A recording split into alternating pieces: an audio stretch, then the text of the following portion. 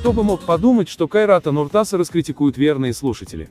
На свой страх и риск певец решил порадовать поклонников живым исполнением. Однако его задумка успехом не увенчалась. Вместо восторга поклонники пришли в ужас от вокальных способностей своего любимца. У Кайрата Нуртаса полностью отсутствует голос. К такому мнению пришли его слушатели после того, как певец без фонограммы исполнил песню «Алматы Тундырай».